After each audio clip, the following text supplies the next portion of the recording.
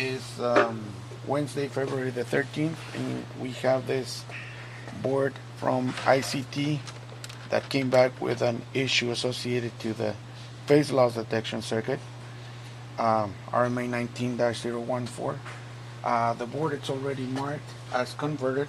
It originally went as a rectifier per the suggested modification. The board has been converted to an AC controller, so that's how we're going to test it. The first thing we're going to do is we're going to I'm going to disconnect P2, which by the way the three-phase power it's all out, and we're going to see what happens to the phase loss LED. So Tony's going to apply control input power 120, right Tony? So 120, we notice that the inhibit LED is on because the board is phase loss.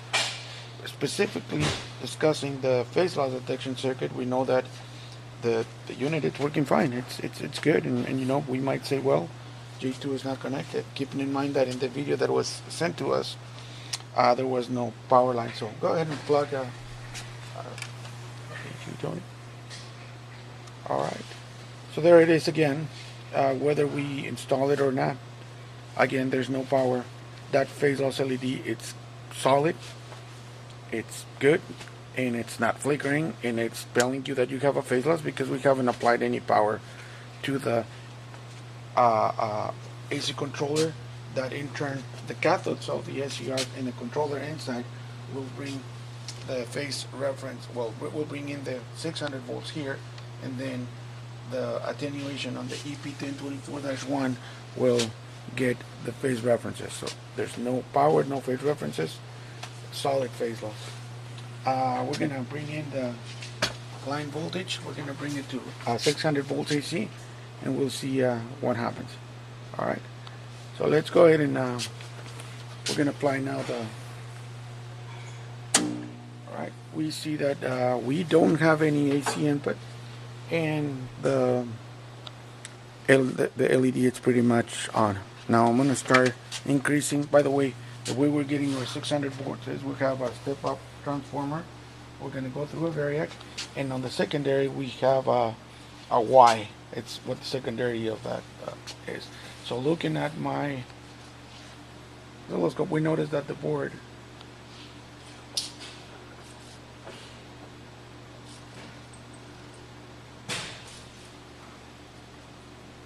you know, we're at 270, 280, and you notice that here that the phase loss LED is solid.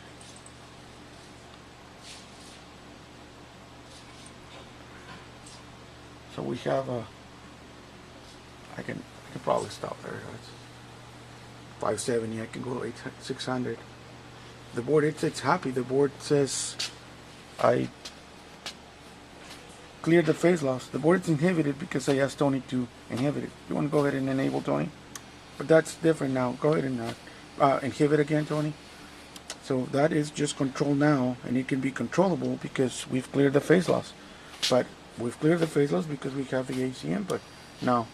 And then Tony can show that the board is firing. He's got an output on the load that he can control. He's got perfect control. Just bring it back, Tony. We don't go through that. Here, if I am going to turn off the 240, which in turn turns the 570, that clears the phase loss. Even if everything is ready to go, that's it. The board shows phase loss. Although the board was firing prior to killing the power, the phase loss detection circuit inhibited the board, and we notice it's solid. So as far as Enopro is concerned, as far as phase loss detection circuit, this board is working perfectly fine. We'll send this video, and then we'll probably talk about our setup against the setup at ICT. Keep in mind that we have the 240. The 240 is coming through this variac. The output of the variac comes into the input of this transformer.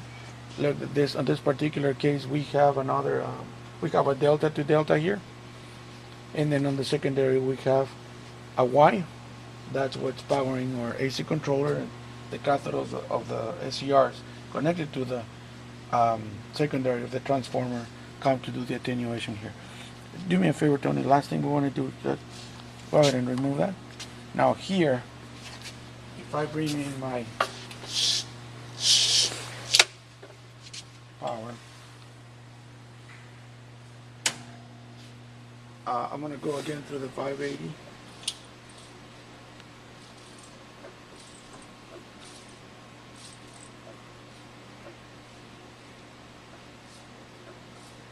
Again, no,